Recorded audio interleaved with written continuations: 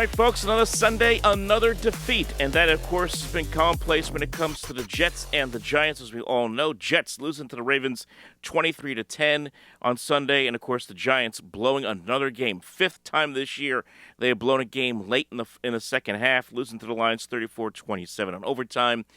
I'll say this, and I mean this in a way for really both fan bases in a lot of ways. Because it's one of those Sundays, and yes, neither team was expected to win.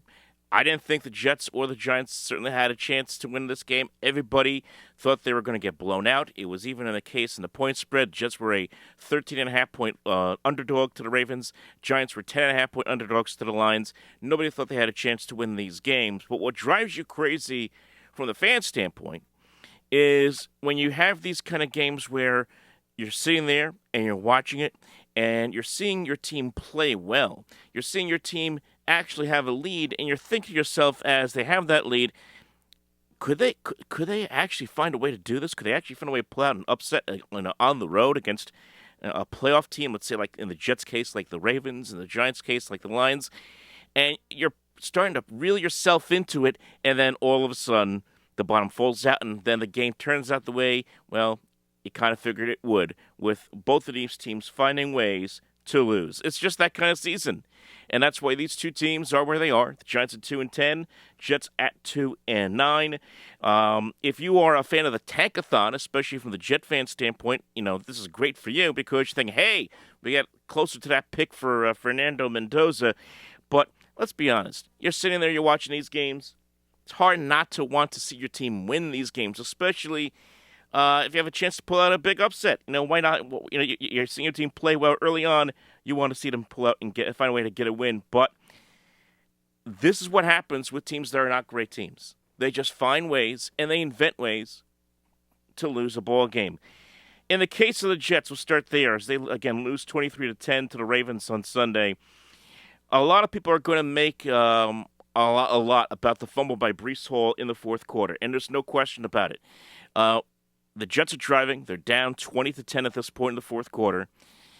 And it looks like they're in position to score a touchdown and get back in the game, make it a 20-17 game. And Breece is pushing his way, towards the goal line inside the Ravens 5 and gets the ball punched out from underneath. And the Jets, obviously, at that point, turn it over, and they would never have a chance to get even close to the Ravens. Again, you knew the game was over at that point. But you go back to even before that play, the Jets had a situation where they were down 10-7. This was after the Ravens took the lead early in the third quarter. And the Jets decide to go for it on a 4th and 2 at their own 42-yard line. Instead of putting the football and playing a field position game, they decide to go for it. Tyrod Taylor throws the incompletion, and the Ravens get the football back in great field position. And all they have to do is just go 42 yards down the field, score a touchdown, make it 17-7, and really that was the turning point of the game. I know a lot of people are going to harp on the Breece Hall fumble, but the game was really over. It really turned on that decision by the Jets and Aaron Glenn to go for it on 4th and 2 late in the third quarter when you're down only 10-7. I understand being aggressive. I understand that, but they probably should have punted the football in that spot. But this was the kind of game that drove you crazy, right? Because the Jets are playing well in the first half of this game. They're shutting out the Ravens pretty much throughout the first half. Hold Baltimore to late field goal in the second quarter. Lamar Jackson didn't look good in this game, and is throwing incompletions, looks uncomfortable in the pocket. The Jet defense gets to him a couple of times. They get a big sack on him. They slowed down Derrick Henry for the most part, and really slowed him down for the most part in this game. He only had 64 yards rushing, but that's what's going to drive you crazy because the defense played well in the first half. You get a touchdown in the second quarter, take a 7-0 lead.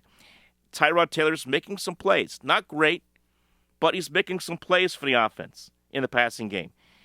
John Michie III is getting involved big time. He's had a few big catches in space. Had the big touchdown, obviously, that gave the Jets the lead. A.D. Mitchell had a big game. Mason Taylor had a pretty good game, 3 catches, 21 yards. You're seeing other players get involved, and that's what the Jets wanted to see with another quarterback in there that they weren't getting from Justin Fields. They wanted to see Tyrod Taylor in there run the offense and run it competently. And for the most part, he did. Now, the only problem is they didn't score a whole heck of a lot of points. They only scored 10 points in the game. They failed in that regard. Obviously, the Ravens slowed down Breece Hall in the running game department. Obviously, only 44 yards on the ground. He did have 75 yards receiving, but of course, that fumble is the one that everyone's going to look at when they talk about Breece Hall's day. So it was a game where the Jets, I thought for a moment in that first half, they thought, playing great, they're playing good football. Maybe they have a chance to do something here, but once the Ravens got going in the third quarter, you knew it was pretty much over, and it was just going to be another defeat. And yes, the Jets barely cover. They were 13.5-point underdogs. They lose by 13, but it's another loss. It's just another in a line of losses for this team where you sit there and say, what can we glean from this? I think the one thing you can glean from this that's positive is two things, actually. One, Aaron Glenn had his players back. When Breece Hall fumbled the football, you see Aaron Glenn embrace Breece Hall, have his hand on his helmet saying, it's okay, man, so don't worry about it, we got your back, we'll get you next time.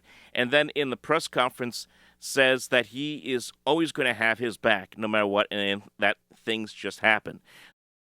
Yeah, listen, I love that player. He's a damn good player for us. I mean, he's going to fight for every yard. And we all know once you're fighting for every yard, we have to be able to protect the ball. He's my guy. He's my guy. And you know what? It happens. And you don't want it to happen, but it did. And the one thing I didn't want him to do was hold his head down. Because listen, I know exactly how he felt in that situation. And listen, I don't want that player to ever get down on himself. We're behind him.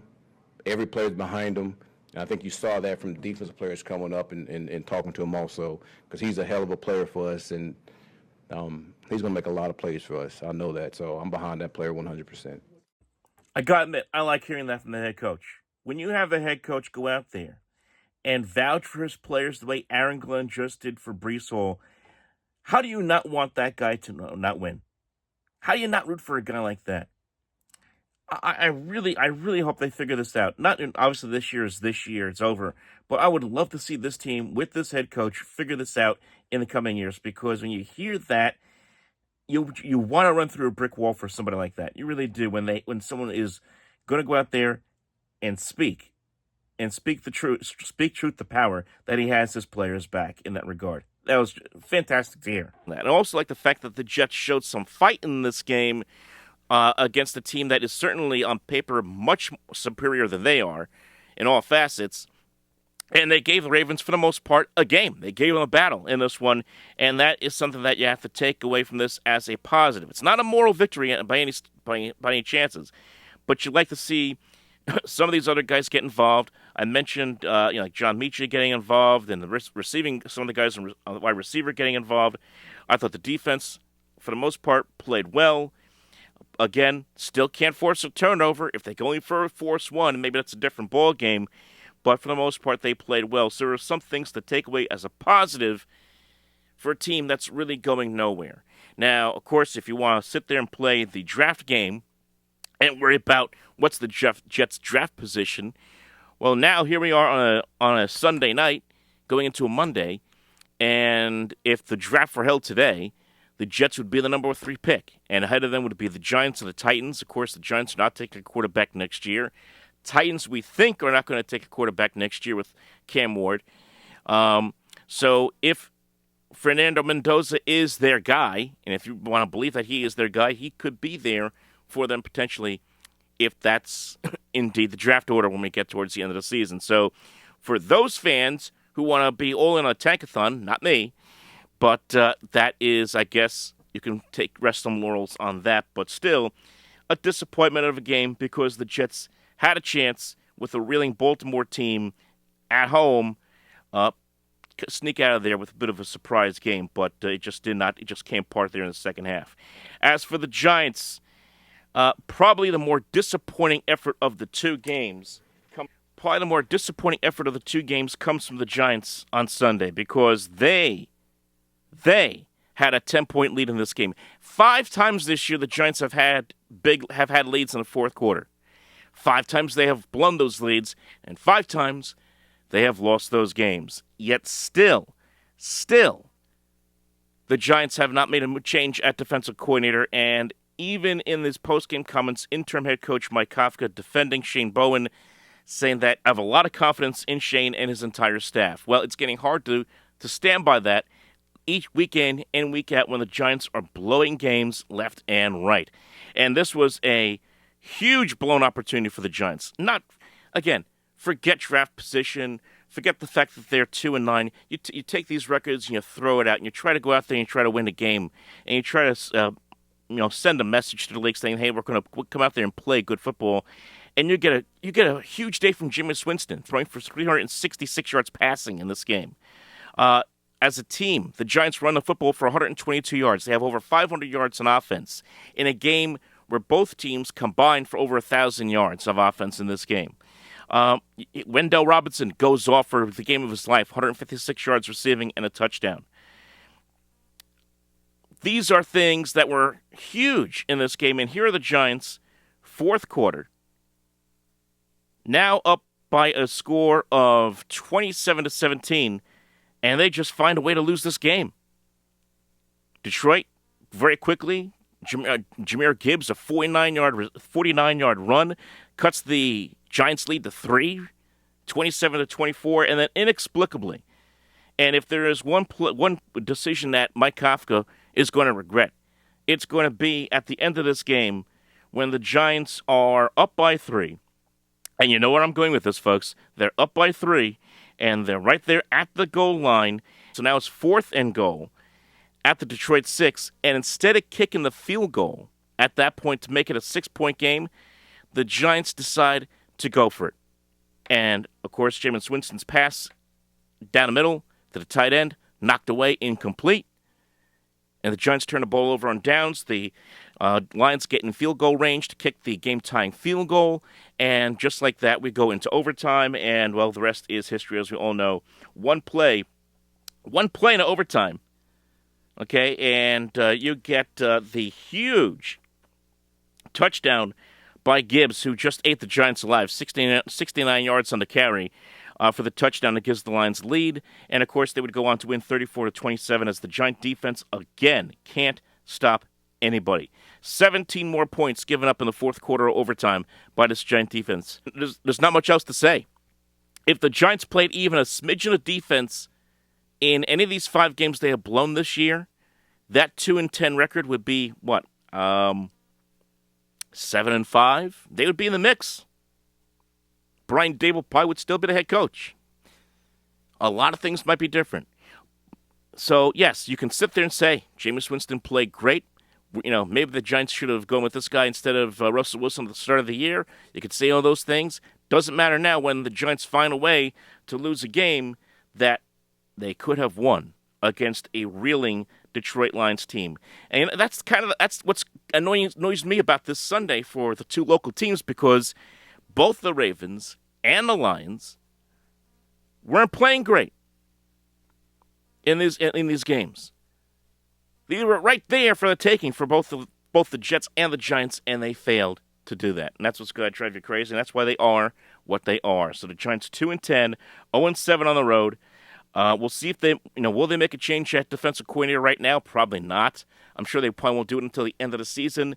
But if Mike Kafka, if his chances of getting the permanent head coaching job have taken dents, 0-2, losing a couple of games that they probably should have won against Green Bay and Detroit, where the defense still doesn't do a good job, questionable decision-making by the head coach, I don't know if he's going to get the full-time job. I don't know. And there's a lot of names out there. I'm eventually going to do a video. I want to do it right. I want to do it right for you guys. But, we've heard the names like Jeff Hafley, the Green Bay defensive coordinator, Lou Amorano, the Colts defensive coordinator, Steve Spagnuolo, of course, former Giants interim head coach and defensive coordinator, of course, now the DC with the Chiefs. His name's been thrown out there. Matt Nagy's name's been thrown out there. So a lot of names have been thrown out there as potential candidates for the Giants head coaching job. But if you ask me right now, it's going to be very hard to imagine, unless the Giants have a big run here down the stretch, for Mike Kafka to maybe keep that job permanently moving forward. So that's where we are right now, folks, on a Another losing Sunday in New York. Like and subscribe. We'll talk to you next time.